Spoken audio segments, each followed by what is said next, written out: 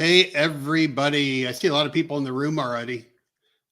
So give a shout out when you come in and say where you're at. Chris Logan's was first in here. Oh no, Coy beat Chris in here. Coy's here. Angela, Vaughn, Terrence, me.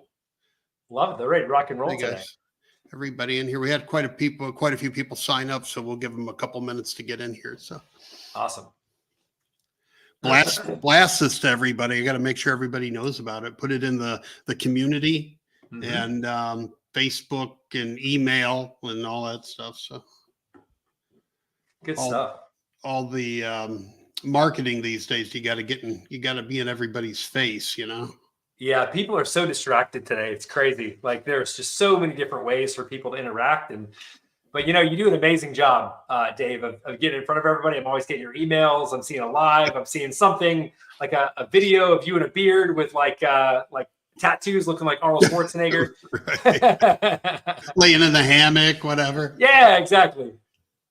Like I'm going to do a training on this, but they were at the Pre-For-Profits event today. They were talking about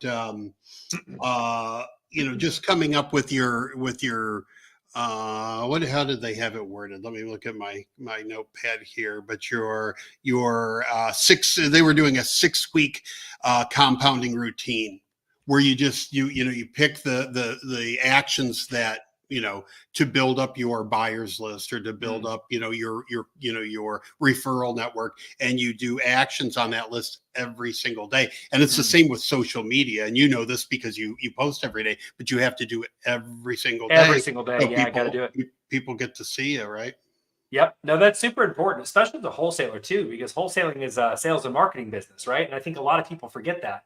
And so people want buyers, they want to work with sellers, but they don't do any marketing, and they're just trying to do they are thinking that people are just going to come to them. It's just not how it works. Right. So you got to be constantly, if I could do it all over again, right? Let's say I started over and I was brand new, right? I would definitely, Facebook account, obviously, Instagram, TikTok. Those are probably the top 3 that I would have. And I would just start posting content every single day. I wouldn't take a long time to do it, but post content every single day about what I'm doing in my journey. And it's amazing how many cash buyers you can get on your list from social media, right? Yeah. They're all hanging out on social media.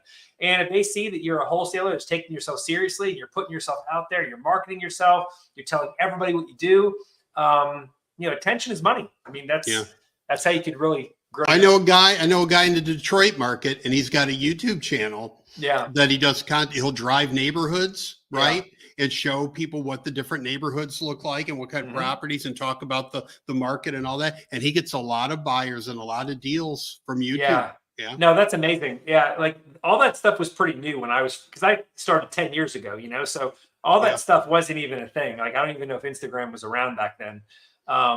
Makes me I don't know. I mean, that's when I came into it was 10, 12 years ago. And, I wasn't on any of that stuff at the time. Yeah. Right? Yeah. I think the big things back then was like Craigslist, bandit signs, direct mail. Right. Yellow letters. Right. Yeah. Going to bail bondsman's seeing if they have deals. Yeah. That's it. Yeah. It changes. But I think everybody should be on social media. And have all the accounts, Gotta be. Yeah. For business, not just goofing around on social media. Yeah, but exactly. For business. But that's another podcast, right? That's another whole different thing.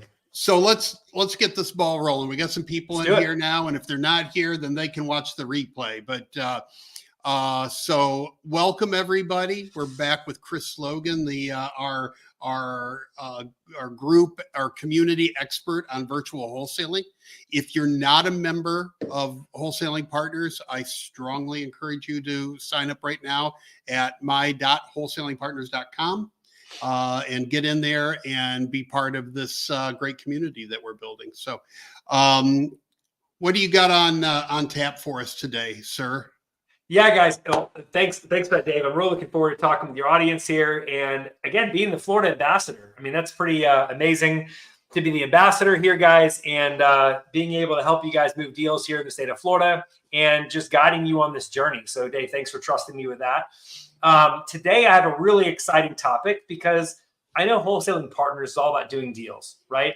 And there's a lot of wholesalers who want a JV, right? But Right. they don't know how. And so they do it the wrong way.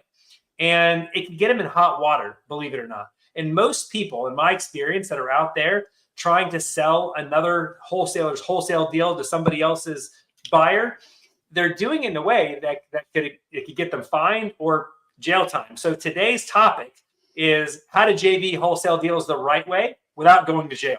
So I think we all can get on board with that. Nobody wants to go to jail here. Nobody wants to be fined, right? And so we're going to dive into that. And then by the end here, what I'm going to do, guys, is I'm going to give you guys the exact paperwork. I'm going to give it to Dave, and Dave's going to send it out. I'm going to give you guys the exact paperwork that if you want to JV deals with me, or if you're going to JV deals with anybody else, I want to protect you guys. And Dave and I want to protect you guys. And so we want you to use this paperwork and put it in place because it's the only way to JV. And if you try to do it without this paperwork, again, you could land yourself in some hot water. So before we go into that, let's talk about why joint venturing, okay? And a lot of misconceptions that people have about it. So when I first started wholesaling, thought the topic was virtual wholesaling. No, yes, it is. It is. This is virtual wholesaling, right? This is just one of the things you can do when it comes to virtual wholesaling. So let's say, you enter into a new area and another wholesaler has a deal. They approach you about it. They need to sell their deal, or maybe, hey, you have a deal and you want to get it sold, right? There's a wholesaler that you're working with that has a buyer for that deal. I'm sharing with you guys how to set it up properly to make sure you don't land yourself in hot water. Because some of you guys have mentioned doing deals with me, right? Some of you guys said, hey, I want to send you my deal. Can you sell it to your buyers list? And this is an important call because this is going to give you the paperwork and the guidance to know how to do it properly. All right. Last week, we dove thoroughly into all the different parts of virtual wholesaling. And so you guys, if you're brand new to this call and it's the first time you're seeing me talk here today, then you want to go back and I want you to watch last week's, right? But pay attention to this week, because if you have a deal that you're looking to sell, right, and you're having a hard time selling it, if you're virtual, right, or if you're not virtual, doesn't matter. This training is going to help you get that done. Because one of the things I share with all my coaching clients is this: you need 3 types of buyers on your list. You need wholesalers, cash buyers, and realtors. So if you're going to sell your deal, if you're going to have another wholesaler sell your deal, right? If you don't have a large buyers list, you need that wholesaler to sell your deal. You're going to want to follow the steps here today to make sure that you do it the right way. And that way they're protected, the deal's locked in, and so on, right? So let's go ahead and dive in. So we're going to talk about common mistakes that people make when joint venturing the wrong way, right? So what I see all the time is people will start to push properties. People will send out properties and market properties without having any type of agreement with the contract holder. All right. So that's a really, really big no-no. And with that, what's happening is you're doing what's called the activities of real estate, which you need a real estate license for. So if you're out there and you are trying to sell another wholesaler's deal because they came to you and said, hey, you have a buyer's list. I don't have a buyer's list. Can you sell my deal for me? And you say, yes. If you're going to do that, then it's very important for you to have a piece of paper in place. And I'm going to give you guys that here at the end. Because if not, and you're trying to sell somebody else's deal and you don't have a real estate license and you don't have that contract with the seller, again, that's a violation of the activities of real estate, and you could go to jail, and also it's a felony. And on top of that, you can get fined. So you don't want to do that. So that's a big mistake that I see people make. Another mistake that I see people try and make is trying to wholesale a deal with 2 or more wholesalers in between. Okay, so let's give you an example. They found this deal, wholesaler finds this deal, you find this deal in your email, right? You subscribe to somebody's list, they're sending you deals, and you have this property and you're out there trying to sell it. Maybe you do have paperwork in place, so you're protected, right? Some type of an agreement with this wholesaler, but he didn't tell you there's 2 other wholesalers involved. You bring a buyer for this deal, and then guess what?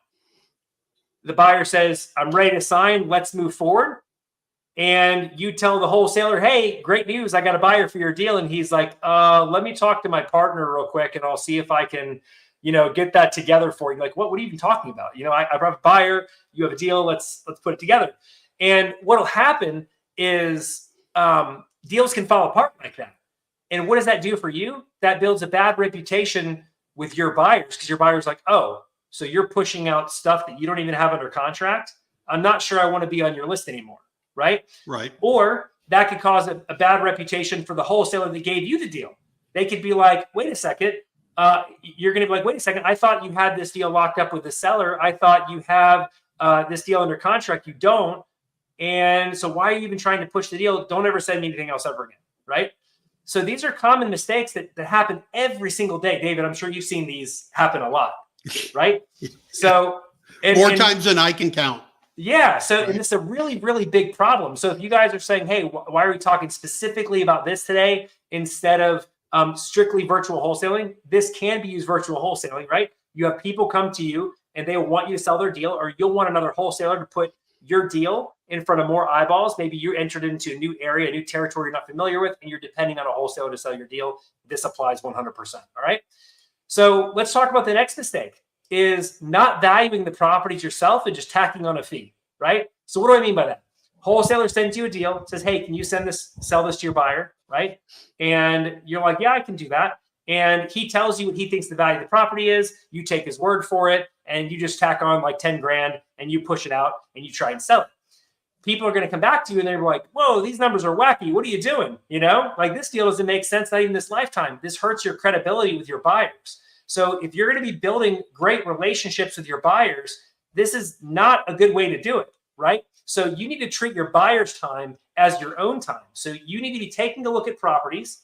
If you're going to put the effort in trying to sell somebody else's deal, and if someone else is going to put in the effort to sell your deal, they need to do their due diligence and take time to break it down, run numbers on it, make sure the value is what the wholesaler is saying or what you're saying before they push it out. Because again, this can really hurt their reputation, your reputation with buyers, if you're pushing out stuff that you're not even verifying as a deal yourself, right? This is a big problem. People happen all the time. And mainly this happens when people don't have education. They don't understand. They've never hired a coach. They've never taken any courses or anything like that. They just heard that you can sell another wholesaler's deal to a buyer. You can make money. So they're going to try it, right? So it always goes the bad way. So you don't want to do that, okay? Another thing is trying to sell someone else's deal back to them without them even knowing it. I cannot tell you how annoying this is when I get my own deal sent back to me at a 20K markup. I'm like, wait a second. Like, that's my deal. You didn't even ask me if it was okay, if you could market it. Now you're trying to sell it back to me for a premium? Or somebody's trying to sell it to you, right? Maybe yeah, not exactly. Right? Somebody. No, 100%. So what I do at that time is I remove those people off my list every single time, right? And I'm like, don't send me anything. If you're just going to be pushing stuff out there without verifying who has it under contract, I'm not interested in getting it, you know? So that's a big problem. And I can't tell you how many buyers that I talk to that are on my list and are in my circle. They're like, man, or other wholesalers too. They're like, man, this guy tried to sell me my own deal back to me. Can you believe that? And I'm like, yeah, it's happened to me before too. So some people are saying, I had a broker. Not just a wholesaler. I sent my deal to a broker that dealt with wholesale properties because they had a buyer potentially for it. Yeah. That broker posted it on Craigslist and the owner saw it and called and reamed me out because I had their house on Craigslist. So you have to be careful with who you deal with. Oh my gosh, truthfully, like this happens all the time, guys. And you guys are part of wholesaling partners. And so I don't want this to happen to you. So whether it's me selling a deal for you, whether you're partnering with another wholesaler to sell your deal, or you're new to a new territory. And so again, you're depending on another wholesaler to sell your deal. You want to make sure it's done the right way. So everybody's protected, right? And that you can all make money together because there's plenty to go around. Okay. Let's talk about something else. Dave, you just hit on this. Promoting a property across social media that you don't have access to. Sorry, right? I jumped ahead. No, you're good. No, see, we know this. We've been around long enough where this happens so often, too often, and it gives wholesaling a bad name. Yeah. So when you're promoting somebody else's deal, like the worst thing you could do if you don't have any buyers is to go to another wholesaler and say, hey, give me your deal. I can definitely get this sold for you. No problem. I have a huge buyer list. I can, get this one done. And then little do they know, you have no buyers list at all. And you're just blasting their deal all over social media. Even worse, putting it up on Zillow. Then the seller, like Dave says, calls the wholesaler who trusted you. And they say, guess what? I don't want to do business with you anymore. You're blasting my deal all over the place. The seller calls me, blasted me, and take it down right now. We're never going to do deals ever again. Yeah. So you potentially hurt a relationship there that could have been very profitable for both of you guys, right? Yeah. So I see some people here. Back to my story. I couldn't salvage that deal. That deal was dead. It was done. Yeah, it's so hard to backpedal when you do that, because then you have to explain to them why you did it. And truthfully, you're just new and you don't know any better. But because you guys are on a call, right? Because you guys are on a call here today, you guys are going to know better. It looks like someone said, so when virtual wholesaling, what about the states they say you need a realtor license to wholesale? Okay, so far as of right now, there are only 2 states for that. That's Illinois and Oklahoma. It's probably going to go out to more states, right? But as of right now, that's the only 2 states that you need a real estate license to wholesale. So, and then some people, taking a break from what we're talking about here for a second, just to touch on this, some people will tell you, oh, well, Chris, I don't have a license and I'm in Illinois and I just did 3 deals over there, right? I don't have a license. And I'm like, oh my gosh. And you're like publicly admitting this in writing that you, yeah, okay. Well, I wouldn't recommend that, because it's a felony, guys. It's defined in the realtor law, a realtor code, as the activities of real estate, and the government treats that very seriously, right? So very big deal, and so you don't want to do that. So my thing is, are there ways you can skirt it, possibly walk a gray line? Maybe, but to me, it's not worth it. Fines can be like $100,000 and up to 5 years in jail. So I'd rather not risk that. So, but that's the beauty of going virtual, right? So if you're in Illinois or Oklahoma, you don't want to get a real estate license, then the cool thing about virtual is there's so many other states you can work in, right? And so that's the benefit of virtual. That's why I love it, because you're not stuck to one area and you can wholesale houses from home anywhere in the country. And for everybody that's just watching for the first time this week, watch last week's call in the community, because Chris talked about how to pick a good market for virtual wholesaling and what you need to look for, how to find it, and all that stuff. So watch last week's video. Yeah. So Terrence says you can do 2 deals a year in Illinois without a license. Yeah, but like, is it worth it to do 2? Okay, like, okay, I'm gonna get my 2 deals in, then I'm gonna go somewhere else. Like, not worth it to me. Maybe if they're really big deals, if they're like $1 million. But if I'm going to do 2 5K deals, 2 10K, it doesn't really. You're going to put all that energy and effort, and what's going to happen? You do all this marketing, and you get a 3rd deal. No, I can't touch it because I'm not. So where do you draw the line there? So I wouldn't recommend that. But it's good that you know the law, Terrence. That's really important, because guys, you have to know the law of the area where you're in, because it can really be a make it or break it thing. So I think that's a really good thing. That you brought that up, because people need to know that. Some people don't know that, and they're like, "Oh, I've tried skirt it a little bit," or maybe they do 2 deals and then they go to their 3rd and then they get in trouble. So there are some states where those laws are in place, where realtors do not like wholesalers and they're waiting to make an example out of somebody. And so I'm not going to be their scapegoat, right? I'm not going to be that guy. So Frederick says currently Virginia is pending legislation to require real estate license to wholesale. I wouldn't shock me. It's going to, I really do believe it's going to eventually happen nationwide. It's going to take a while to roll out. And there's a lot of ways you can skin a cat, guys. All right. But the problem is there's been a lot of bad wholesalers that have hurt the reputation of wholesaling in general. And that's the reason this legislation is going into effect, is because people have been taking advantage of homeowners, doing things unethically. And, the National Association of Realtors stepped up and they're like, guys, this is a really big problem. Can you believe the situation I went through the other day? So, it's really, it's a big problem. And again, this is another reason why I'm on here today, saying if you guys are going to be working together with other wholesalers to sell deals, whether you're selling their deals or allowing them to sell yours, you gotta make sure that you have paperwork in place. Tampa, Florida, the house. I can't see your name on here because it's StreamYard. No, that says Facebook. Yeah. Yeah, no, that's good. If you accept the StreamYard terms and conditions, I think there's got to be a link in the post somewhere. I'll be able to see your name there, and we can have a conversation. Otherwise, you just kind of show up as Facebook user. So, but I love the engagement. I've seen it happen here in Houston all the time. Jail time for doing that. Yeah, 100%. Houston has its own. Houston has its own disclosures. Like in Houston, you have to disclose in your contract that you are wholesaling the deal, basically, right? And their Trek comment. Yeah, you have to add that. Yeah. Yeah, but we've done deals in Houston, and you just have to make sure that you're up to date. And this is a reason why, guys, that if you're a new wholesaler, right, you want to treat this like a professional business. Okay, so you want to establish a relationship with a real estate investor friendly title company in your area. You want to make sure you establish a relationship with a real estate attorney. And one of the things that people might think about, they're just getting started, is, oh my gosh, attorneys are expensive. Well, attorneys are actually not expensive. They can save you from some very expensive costs, right? So a lot of attorneys will give you free information just to help you because they know they're going to do business with you down the road, right? So you want to make sure you establish a relationship with a real estate attorney that's familiar with wholesaling and works with other wholesalers actively in your area, okay? Because if you have any questions, like let's say you're going virtual and you're going into a new area, right? Going into Arizona, I would not be shocked. If you're going into a new area, right? You want to make sure that you know the law in that area. So you contact a real estate attorney. He's familiar with wholesaling. If he says, hey, what's wholesaling? Can you describe to me what it is? Hang up. That's the wrong guy, right? You want a guy who says, yeah, I work with wholesalers all the time. What question you got for me?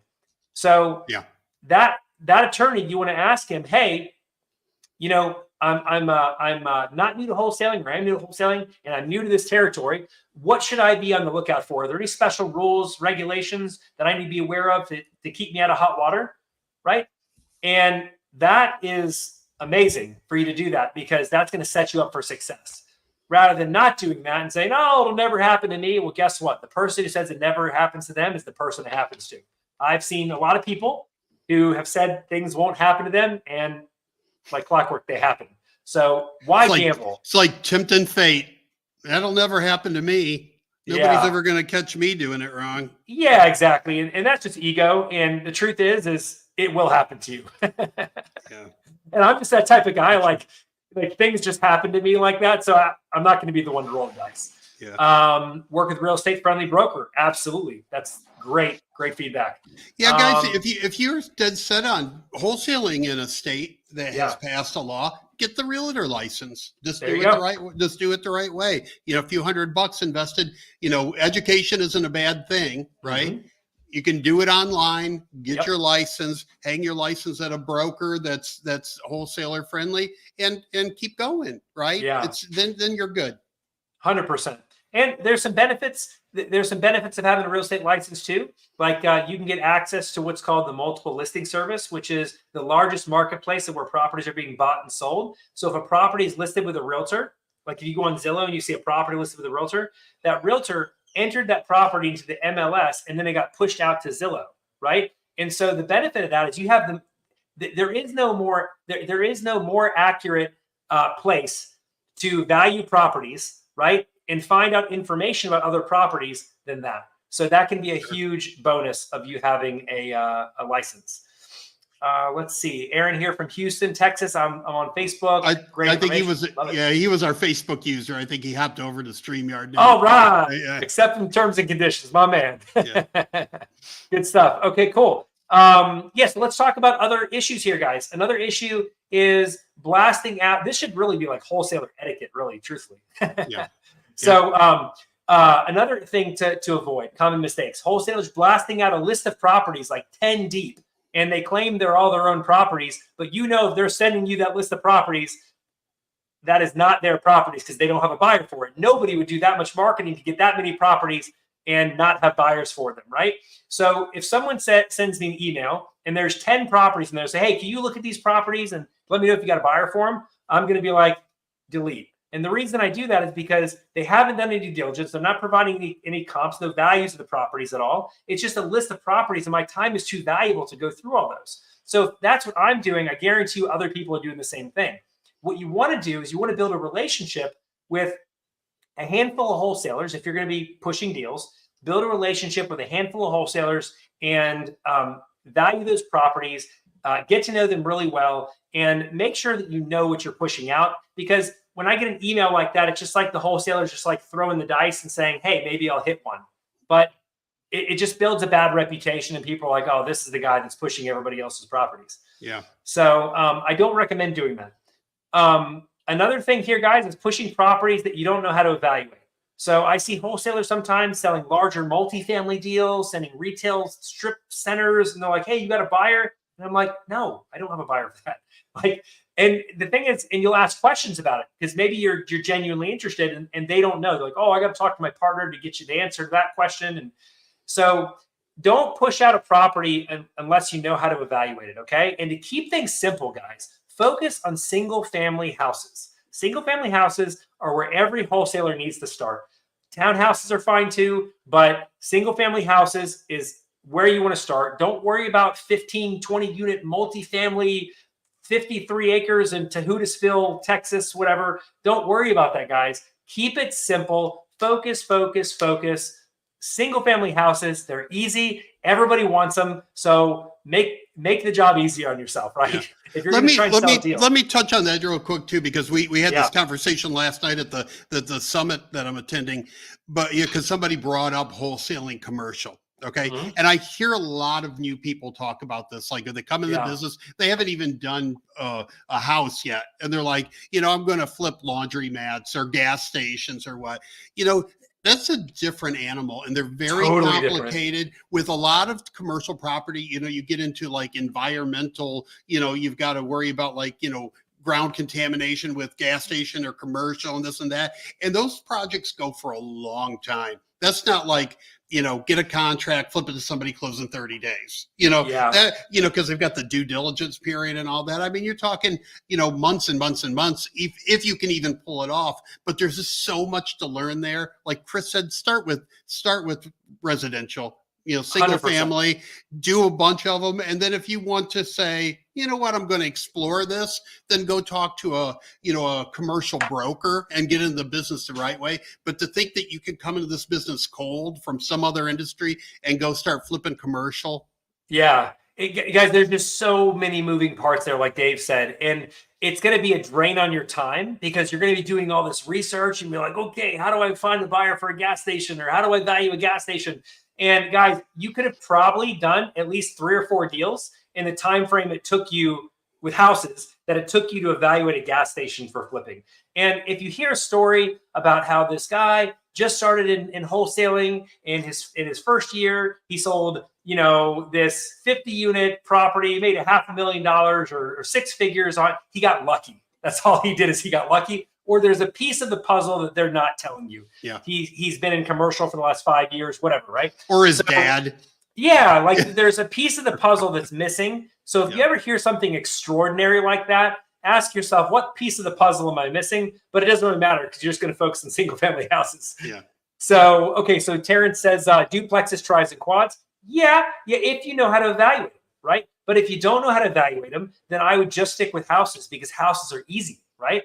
Duplexes, tris, and quads can be like the next thing you add on because it's still residential, still a ton of buyers out there, right? But if you don't know how to evaluate them, then I would not spin your wheels on it when you could be doing deals with single family houses. Okay. No, you're right. Frederick Ginn says all 2 to 4 unit properties under 5 units are non-commercial and qualify for somebody. They do, but that's a feature of it, right? But is there really? There's no benefit if you don't know how to analyze those properties, right? So if you know how to analyze them, then sure, contract them, send them out, do deals with them, right? We've flipped a lot of those properties. But if you look at the entire time we've been in real estate, I've been in real estate for over 10 years and done over 600 deals. And if you were to say, Chris, what percentage of your deals were like 2 to 4 unit multifamily deals that you actually wholesaled? A very, very small percentage, guys. I'm thinking like 1% of the deals. The majority of them are houses. Why? Because everybody wants houses, right? And we consistently market to multifamily. So Keep it simple. The KISS method. I love that. Keep it simple, stupid. That's exactly what that is. Or keep it super simple for the less crass version. So comps and cash flow evaluation combined. Yeah, but again, if you don't know how to do it, all power to you if you know how to do it, right? Because that puts you in a special position where you can take advantage of deals that other people don't know how to do. So Terrence, if you know how to do that, go for it, my man.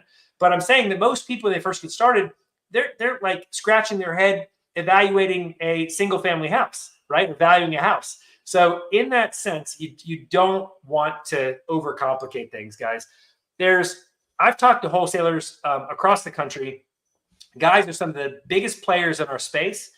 And you ask them, what type of deals do you guys do? And they all say the same thing. Single family houses, right? Single family. Oh, no, Frederick, 100%. Single family houses, because it's easy. It's easy to train my team on, and it's easy, right? And so if you're just getting started, single family house is the way to go. And even if you've been doing it for a while, just saying it's easy. Why make things more difficult, right? Yeah. And a lot of the times when you see, you'll see other stuff, you'll see like, learn how to flip mobile home parks or learn how to flip, coin laundromats or whatever. Yeah. That's just because there's a coach pitching a course on that, right? Mm-hmm. Doesn't mean that like there's like this huge, mobile home park flipping industry going on, right? Yeah. It's, the volume is in residential houses, right? So stick with the volume, where the volume is. And like I said, once you're successful, then you can go check out those other markets, but get your head around it first and do some deals first and have some money first, right? And don't just, see some shiny object and go chasing it. Oh, I think, I'm going to be the gas station flipper, right? It's not, don't do that. Yeah, no, 100%. Exactly. Just keep it simple, guys. Keep it super, super simple. That's what I tell my clients too. Focus on single family houses because they're easy to evaluate. You can get an answer with just in a few minutes, right? And you can do a lot of deals. So that's what we recommend. Next is pushing. Oh, this is a big one, guys.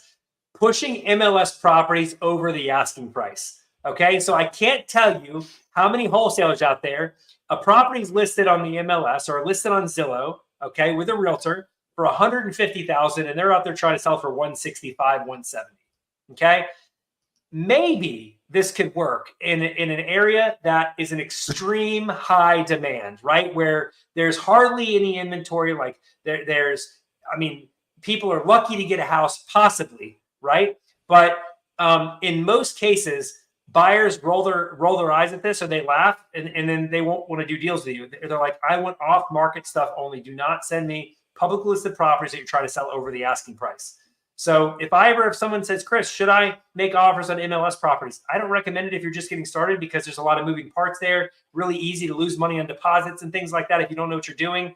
And on top of that, there's realtors, there's multiple parties involved, right? So I really don't recommend starting out with that. I like off-market, going direct to seller. That is by far the best and easiest way to get deals, in my personal opinion.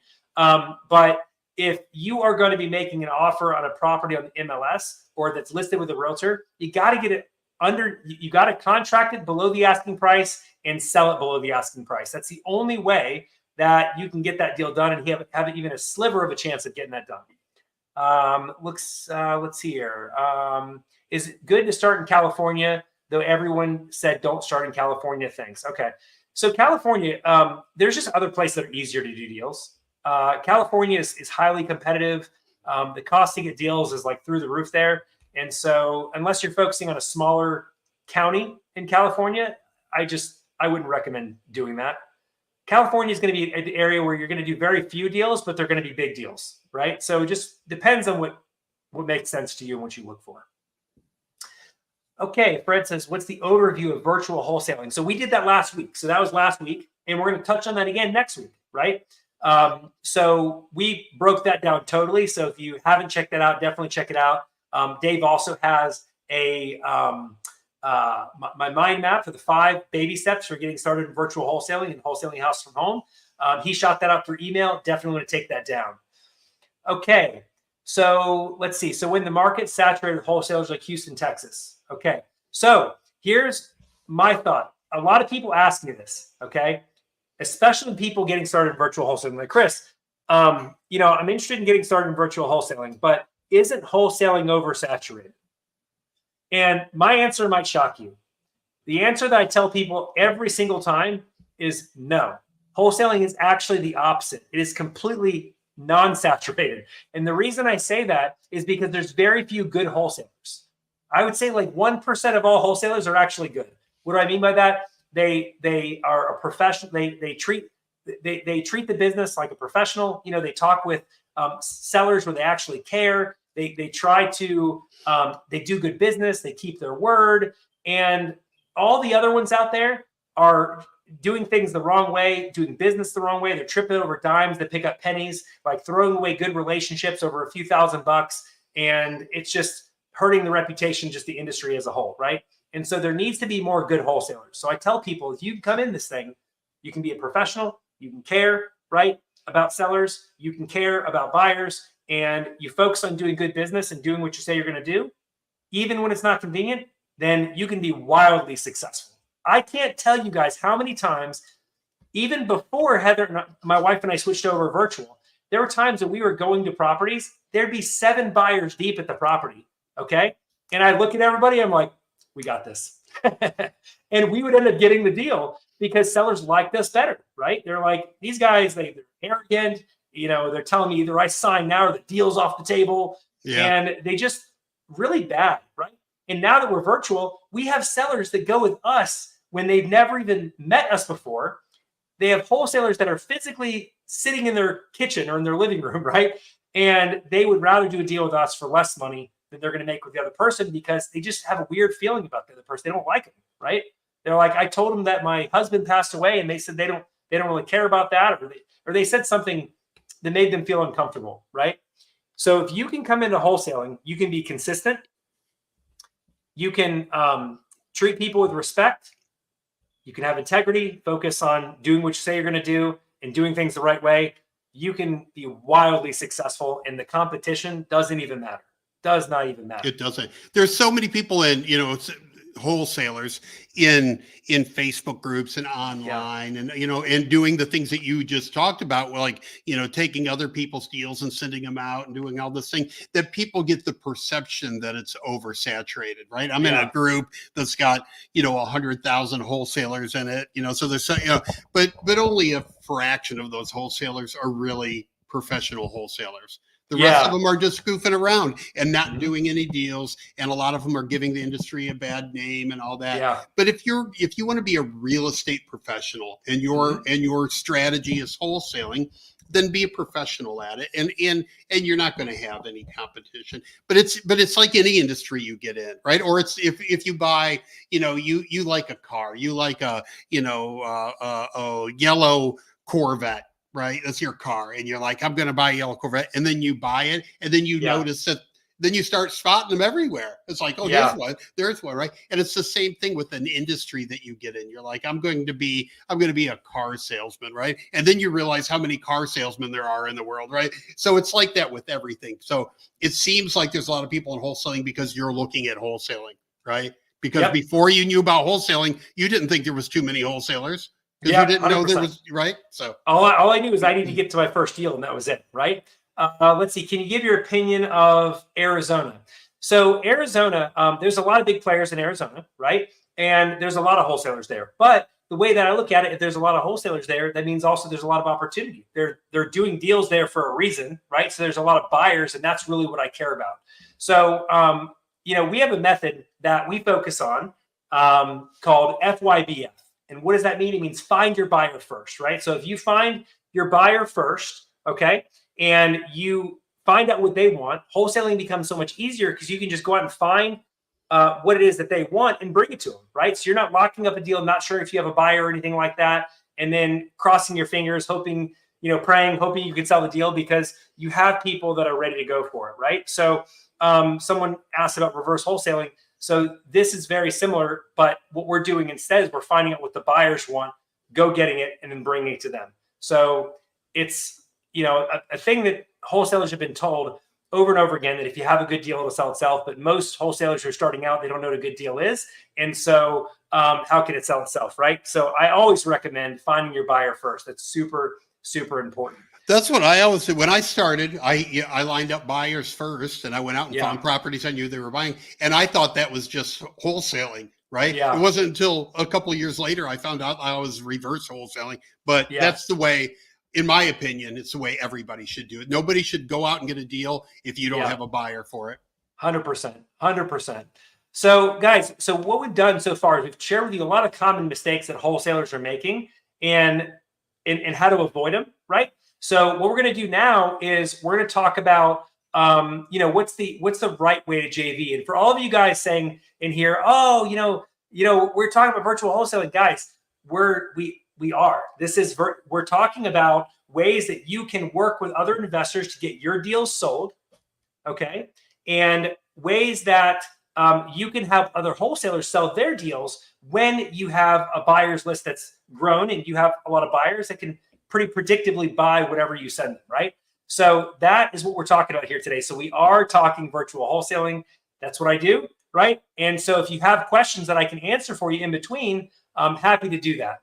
So, okay. So that being said, let's talk about what the right way to joint venture, right?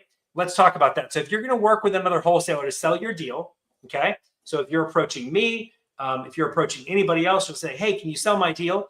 Or if you want to try and sell another wholesaler's deal, or a wholesaler comes up to you and says, hey, I know you've been in this area for a while and you sell a lot of deals. So can you sell my deal for me? You want to say yes, right? So that's why I recommend as a wholesaler, you got to be building your buyers list every single day, okay? Every single day. You want to add 5 contacts to your list every single day, either a wholesaler, a cash buyer, or a realtor. One of those 5 people every single day. And what you're going to find is by the end of the year, you're going to have over 1,000 buyers on your list, and you're going to be able to pretty much sell any deals that you come across, right? And you're going to have, and once you get a track record of an area of selling deals, people are going to come to you and say, hey, can you sell my deal? And you're going to say, yes, I can, right? So that's where all this comes in. So if you're wondering, how did this fit into the bigger picture? That's how this fits into the bigger picture. So, so let's talk about this, right? So if you are going to work with another wholesaler to sell a deal, or they're going to sell one of your deals, you got to make sure everybody's protected. You're protected and the wholesaler's protected, okay? So you got to put paperwork in place. So the paperwork that you want to use, and actually before I get this, let me look at some of these comments and I'm going to dive in here real quick just to make sure I didn't miss anybody, because we're kind of answering questions as we go along the way. And then we're going to dive into the contract here in just a second. Let's see. Can you give your opinion of Arizona? Yeah. So, I mean, again, Arizona, there's a lot of deals being done there. Go for it. It's going to be one of those markets where deals are selling really fast. And so when you get something under contract, it's going to go. But there are other areas that can be easier to sell deals or to get deals rather than Arizona. Arizona is one of the meccas. Arizona and Florida, 2 areas where it's extremely hot for investors. Let's see. Can you remind us how to use can you remind us of how to use a realtor? I don't remember. I'm networking with realtors, but I forgot the purpose. Okay, guys. So if you want to add realtors to your buyers list, okay, it's very simple. You're just going to find out if if they have clients that are looking for investment properties. So then you're going to add them to your list, email and phone number, get them on your list, identify the area that they have clients that are looking for investment properties. So you're going to put all that down. And then when you have a deal, you're going to send it to them and you're going to tell them, please add your commission on top. Okay. So let's say you have a deal at 150,000 and they say, hey, I think I have a client for this. You're like, great, go ahead and add your fee on top. If they're like, I want to make $5,000, great. Push it out to your buyer at 155,000, right? So that's how you can work with realtors. And it's so important, guys, to have realtors on your list because they can bring buyers for deals that you could never come across in this lifetime, right? I have realtors on my list that have brought buyers for deals that are out of the country. I'd never meet these guys, right? And so it's super important. Realtors are not the devil. Like a lot of wholesaling coaches tell you, they're like, oh, realtors hate wholesalers. You never want to work with them. And that is totally false, wrong, totally wrong. Don't just totally ignore that, right? Realtors can bring you a lot of great buyers for deals. And then occasionally a realtor can even bring you a deal, right? So I love working with realtors. The tide is changing on that because 10 years ago, like it was, realtors didn't like wholesalers, that whole scenario. But there's a lot of realtors now that also wholesale, right? There's a lot of realtors that came from wholesaling and got it great. So the mindset is changing on that. We're not stuck in that, we're adversary kind of thing. Now it's different. 100%, but it's shocking how many people still teach that though. Like there are some people right now that are teaching like agent relationships and agent outreach and stuff like that. So it's getting a little bit more popular. But there are some people that are still saying, hey, realtors hate wholesalers and never work with them. You can't work with them and so on. So it's not true. Realtors have caught they can make money now. Exactly. They're like, wait a second, you made $20,000 on a deal that I would have made 5,000. That's insane, right? And so yeah, they're catching on. Yeah. How did how did the wholesaler obtain their fee, and at what point in the process, and how are wholesalers paid? Okay, so just to make sure I get clarity on what you're asking here, right?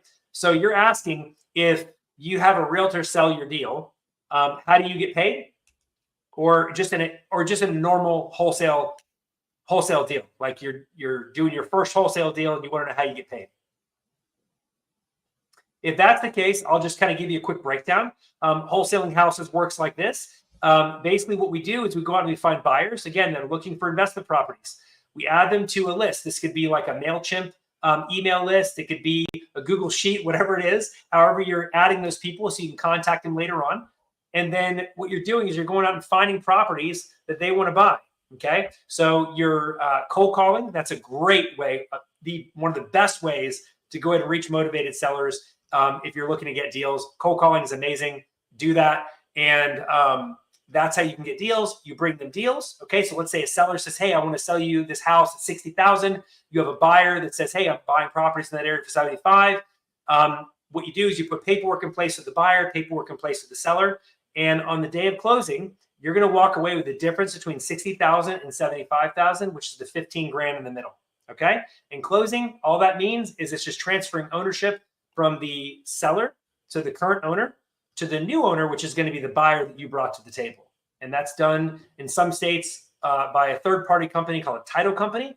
And in other states, that is that's an attorney, right? Some states has an attorney, some states a title company. You can find this out very easily, what it is for your state, by going to Google and type in attorney state versus title state, and then put in your state, and it'll tell you what type of a state you live in. Do you use boots on the ground person in virtual business? Yes. So what we use are what are called property inspectors. That's just what we call them, right? They're not actual inspectors. But a property inspector is a local realtor that we've reached out to and said, hey, we are new to this area and we're looking for a local realtor that can be our boots on the ground to take pictures of properties, maybe oversee showings with buyers. That's not something you're interested in, is it? And they're going to say, yes, I am interested. Great. Fantastic. And then what we do is we pay them anywhere from 50 to 75 bucks for each house that they go out and take a look at, right? Just depending on distance and whatever you agree on with them, right? And they'll take pictures. They'll put everything into some type of SkyDrive, whether it's a Google Drive or a Dropbox, and they'll send it to us. And that's what we use for marketing. So realtors are amazing. Like I said, I love working with them because they know what type of pictures to take, number one. The second thing is they can give you really important local insights about the area. So if you know nothing about a new territory you're starting in because you don't live there, right? The realtor can say, hey, I want to let you know, this is an amazing property you have here. There's a new technology complex that's being built up the road, and all the values of houses are really going up here, and buyers can't get enough houses in this area. So you have a great deal. At that point, you're like, all right. So, but you wouldn't know that if you didn't have a realtor doing this. And that's the reason why we partner up with local realtors in areas. You can easily find them in Facebook groups, and you're just asking if a realtor can be your boots on the ground in XYZ area because you're a new investor to the area and you're looking for a boots on the ground to take pictures of properties and oversee showings, right? So, boom, love the content. Boom. To show everybody something real quick, and we're talking about building a buyer's list and connecting with realtors and stuff. And I did this just as an example a month ago. I did this on January 22nd. Yeah. And I created a Facebook group, and I want to show it to you guys real quick. I created this Facebook group just over a month ago. Okay. And we're streaming in there right now if you want to see us. But in this group, I have already, I gotta go to members. I already have 120 people in this group in a month that are either buyers or wholesalers, right? So if you're trying to team up with a realtor in a group, imagine the power of saying, hey, I've built this group in our market that we're working in Phoenix or wherever you're at, and I would like to bring you in as the group, realtor expert. Yep. right? 100%. And let them come in, and then, and then are they going to be willing to work with you? I would venture to say they would, right? 100%. Yeah, no, that's amazing. And again, David, these are things that I wish I would have done early when I first started, because that being in a group, the admin of a group, it makes you the authority, and people instantly trust you more because you're the authority in that group, right? Yeah. So great way to attract buyers. I tell my coaching clients all day long, one of the best ways to get buyers on your list is using Facebook groups. Some people laugh, they're like, oh, you can't get good buyers in Facebook groups. Guys, a lot of my buyers list is built from buyers in Facebook groups, and they buy deals. I'm telling you, they buy deals. So, okay, how would you tell the seller what you're getting paid, what you're doing? Because Guru says don't disclose seller closing or the buyer's closing separate, double close. Okay, so here's the thing, guys. I want you to think about this. You as far as the seller is concerned, okay, you're the buyer of that property. Because if you sit there and you try to explain to them what wholesaling is, and I've tried in the beginning when I first started, and I didn't do any deals because of this, right? Think about it. Like, in order for me to understand what wholesaling was, I had to go to a 3-day event to learn what wholesaling was, right? These wholesalers, you try to explain what it is here in 10 minutes to them to make them feel comfortable. They're like, wait a second. So you are the buyer, you're not a buyer, but you're saying you could bring a buyer. So are you a realtor? Well, no, I'm not a realtor, but I'm bringing a buyer. Then you get into real dangerous territory there, right? So you're acting as a realtor. And so it's just a really sticky conversation. And according to the contract, guys, there's 2 lines on there. Let's make it simple, okay? There's a seller line and a buyer line. What line would you sign if you were going to move forward with that seller? You would sign the buyer line, right? So it doesn't matter if it's your money or someone else's money that's buying that's using to fund the closing or buy the property. As far as the paperwork is concerned, you're the buyer. And if you're out there and you're finding your buyer first, guys, then you don't have to worry about not being able to perform with the seller, because you are finding your buyer first and you're getting buyers ahead of time. So, hey, Chris, did you send out the last week mind map? David did. Yeah, and I was just going to say, I was just responding to that. If you email me, I'll send it to you, and I'm going to drop in my email right now.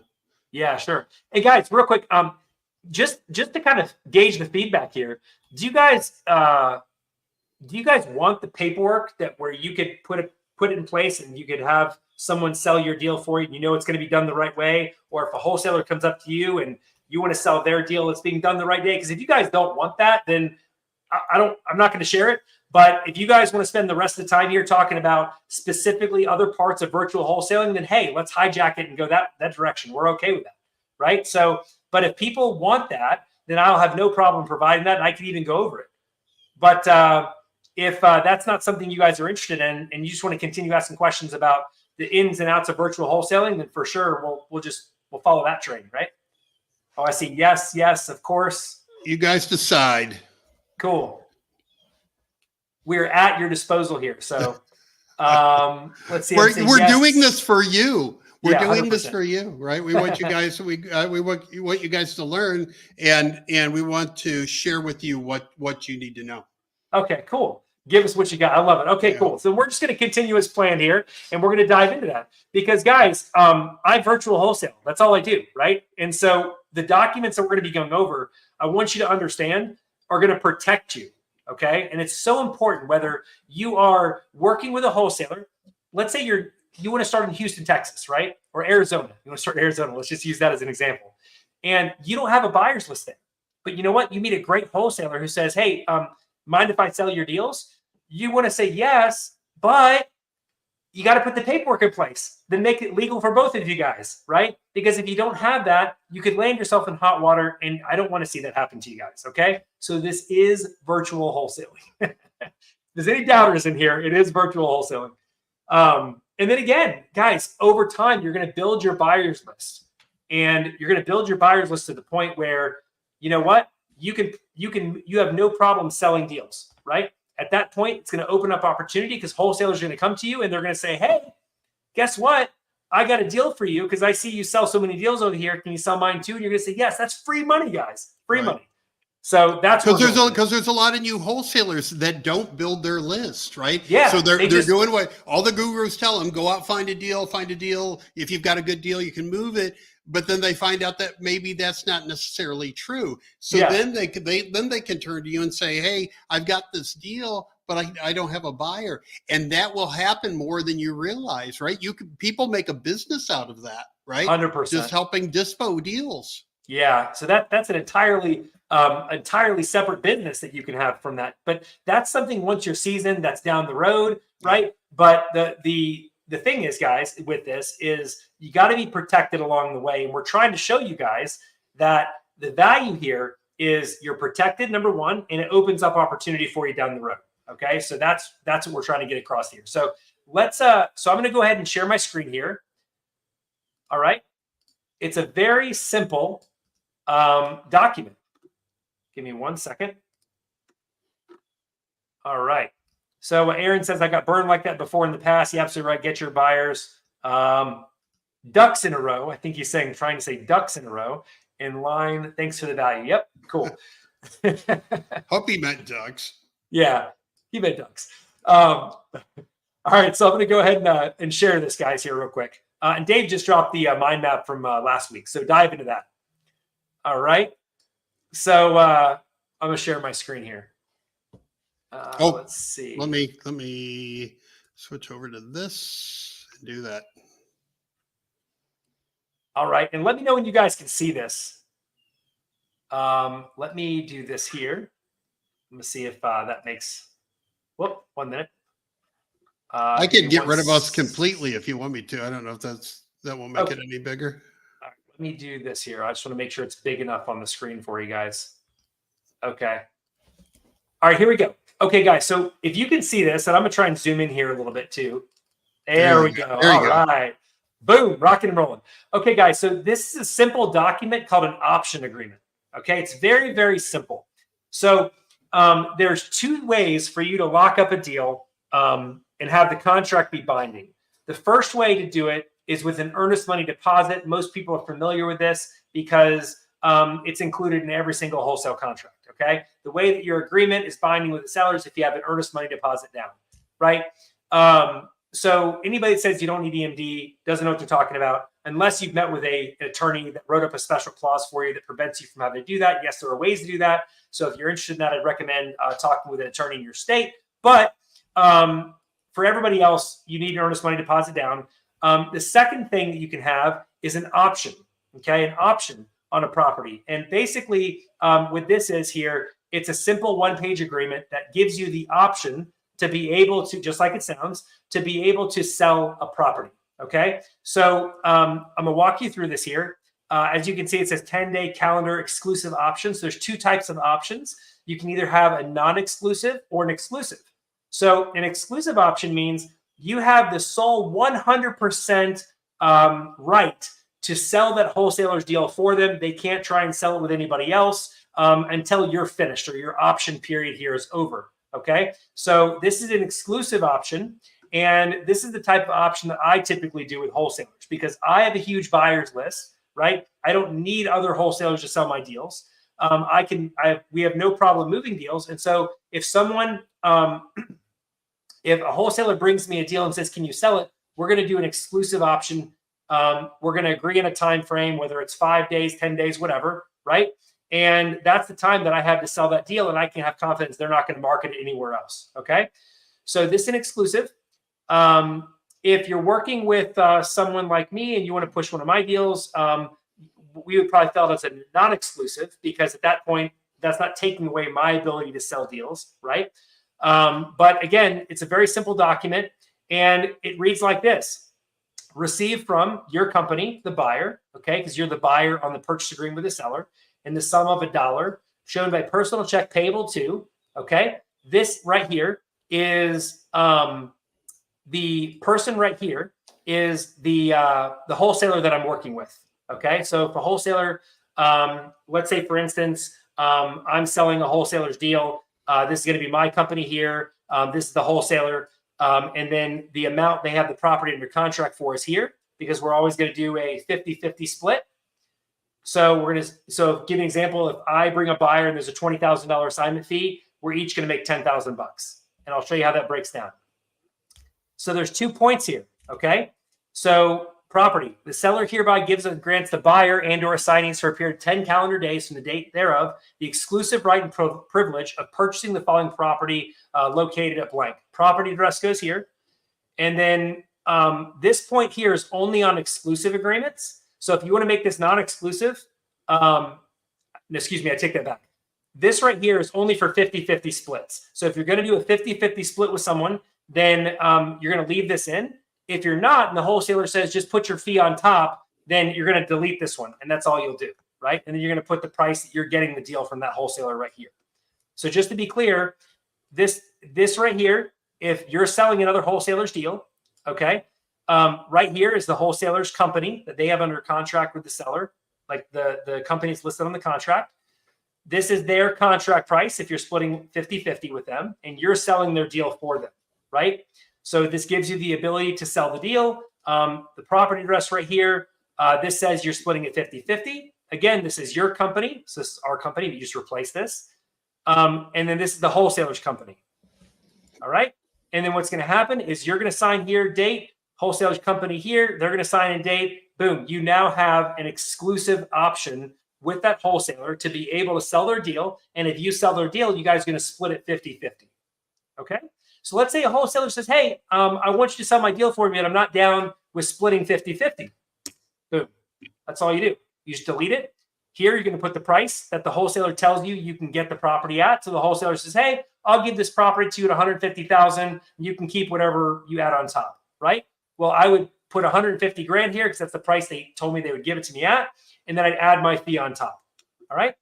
So then what's going to happen is when I sell the deal, all I'm going to do is just replace this document with an assignment of contract. The wholesaler is going to assign me the deal, and then I'm going to assign it to my buyer. And that's it, right? So let's say the role is reversed, though. So let's say you're working with a wholesaler. You're going to split a deal with them 50-50. And let's say they're going to sell your deal for you, okay? So they're going to sell your deal. All you do is flip-flop these. So you'd put the wholesaler would put his company here, right? Your company would be right here, and the price that you're giving them the property at would be right here. Okay, and then if you're going to split it 50-50, leave this in. Then your company would go right here. If not splitting it 50-50, and they're adding the fee on top, and you just delete that. Boom, done deal. Does that make sense to everybody? I want to make sure that you guys don't have any questions as far as this goes, and you kind of get in the hang of this. You want to give your take on that LLC question there, Chris? Oh, yes. So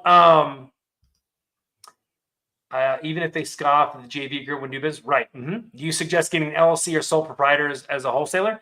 So you want an LLC because if you take a wholesale fee in your own name, you're going to get taxed on it. So you're going to be taxed much heavier at a higher rate than you are if you have a company. But that's more of an accountant question. I would recommend talking with an accountant about that. But yeah, like it's good to have an LLC because it limits your liability, number one, and then number two, it saves you a bit on taxes. Kinda. I got intimidated. So this form is an assignment of contract goes to the title company. Okay, cool. All right. Yeah. Let me explain. So this does not go to the title company. Okay. This never goes to the title company. This is strictly an agreement between you and the wholesaler. Okay. All right. So let's explain this again. So I'm going to give you two scenarios. The first scenario is, let's say you are selling another wholesaler's deal.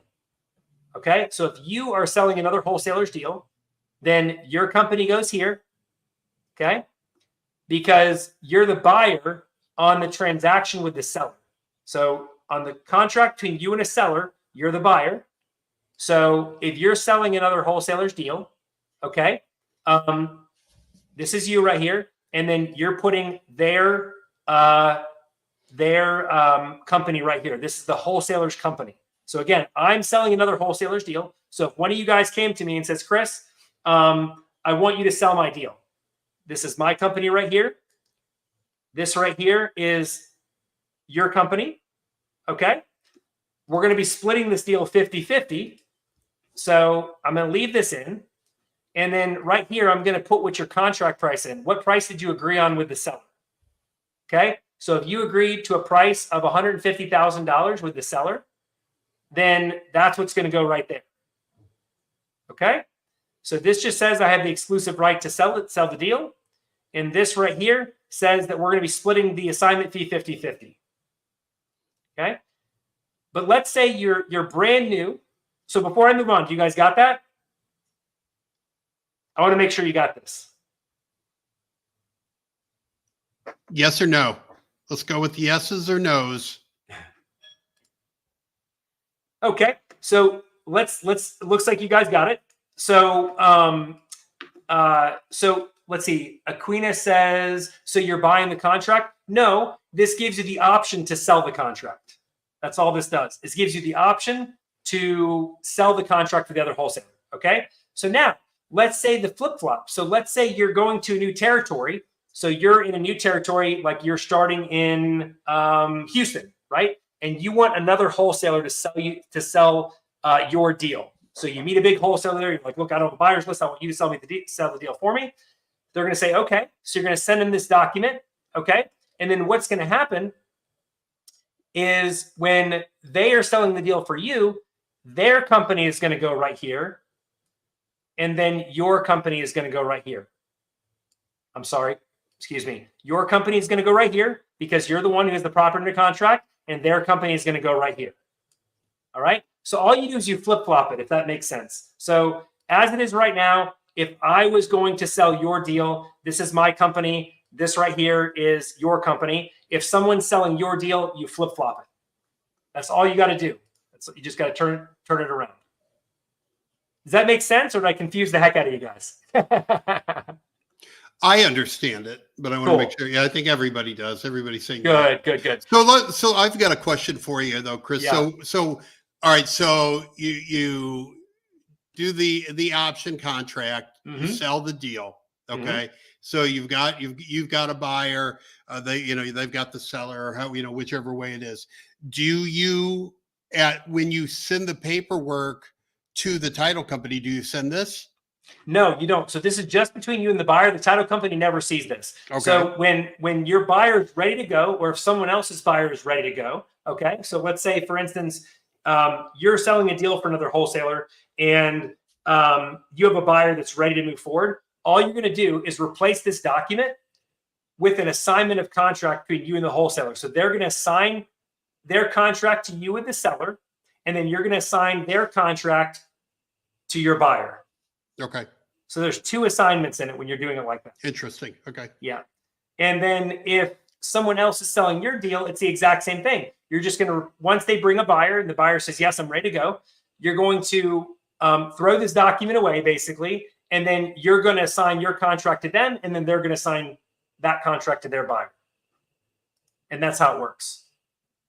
But this is how, if you guys are going to be selling other people's deals, or you're going to want other people to sell your deals, this is how I want you guys to do it to make sure you're protected and you don't go to jail. You're not, it's not the activity. You're not going to be guilty of the activities of real estate or anything like that. And you can stay out of hot water. So that's how it goes. And yes, guys, we are going to provide this document for you guys. So let me ask you a question, because I don't, I'm always learning too, and I don't claim to know everything. But what I've always done in a JV agreement is when, say I have the contract, somebody else sells, brings the buyer, I've got the seller.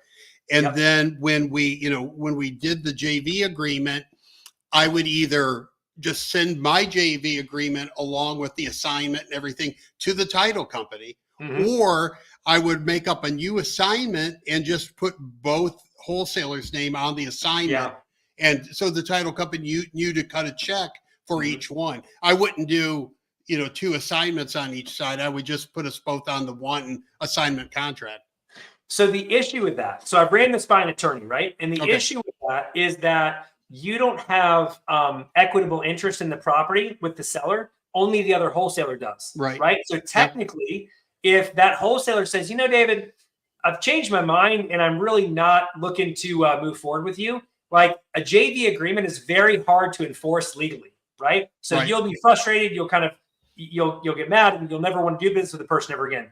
But an assignment, that's legally like you can enforce that, right? And if you ever had to, you can do that. And so that's the reason why it's a little bit more clean to do it that way, right? Right. Good to know. Good to know. Yes. Yeah. So Aaron says, did not have this information when I first started, would have saved me a lot of trouble back then. Heck yeah. Like this is huge, guys. This is huge. If you're going to be doing now, see, Coy's already asking if this trumps my option agreement. Doesn't trump my option agreement, but the maybe the JV agreement, to do it the way Chris is saying. So we'll revisit that. You can't do it I'm not saying you can't do it the other way, right? You can do it the other way, but the issue is though, because at the end of the day, you're winning if you have some type of paperwork in place, right? Right. But what I'm saying is, if it comes down to some type of legal thing where the other wholesaler says, screw you, I'm not gonna pay you the money we agreed to in the JV agreement. It's very hard to enforce a JV agreement, but an assignment of contract like that is enforceable, and they can't just do that because now you're a part of that transaction. Makes sense. Yeah. Makes sense. I just always do business with people I trust, right? So I never had to worry about it. Yep. No, absolutely. So awesome, guys. Well, cool. We pretty much reached the end of our time here together today. But if any of you guys have enjoyed this content here today and you want this option agreement, Dave is going to be providing that to you guys. And by the way, if any of you guys are looking for guidance when it comes to real estate and really taking that next step, and if you listen to what we talked about today, you're like, man, that's awesome. I just don't even know where to begin, right? And you're looking to get started in virtual wholesaling, then you can go ahead and apply to work with me one-on-one. David's going to go ahead and send out a link where you can go ahead and apply for that. Mention you came from Wholesaling Partners, because I'm doing something really special for the people that join my coaching from Wholesaling Partners, right? Including a gift that's valued at $500. I don't do this for anybody else. It's going to be there for you guys. And I'd love to have the opportunity to work with you. So what I want you to do, I want you to go to this link here on the screen here, virtualwholesalingmadesimple.com. I want you to click that link and fill out the application. And what I want you to do, guys, is I want you to be detailed in your responses, because I don't work with everybody. Okay. I don't take on everybody. I have limited capacity, but fill out the form. And if I like what you have to say, I'll consider bringing you on as a client. Outside of that, I look forward to networking with you in the Wholesaling Partners group, being your Florida ambassador, and meeting with you on weeks to come here in the near future. Is your Zoom meeting this week or next week? Which meeting? In the Florida room. That is. Oh, I thought that's what this was. No. Your Florida ambassador. You're not going to have a Zoom meeting for the Florida group? Oh, I mean, I can. Yeah, that's what I thought. Was little miscommunication there. It's okay. So we're going to be starting to do that, and we'll go from there. Dave and I will align on that, and we'll announce it when we're going to be doing that for you guys, so you can keep on top of that. Gotcha. You were trying to get off easy. Okay, guys. Hey, everybody! Thank you for coming. And again, we're doing this every Thursday, 1:30 in the afternoon. Virtual Wholesaling Made Simple with Chris. Yep. So we'll see you next week. I'll see you guys later. Talk soon. Bye.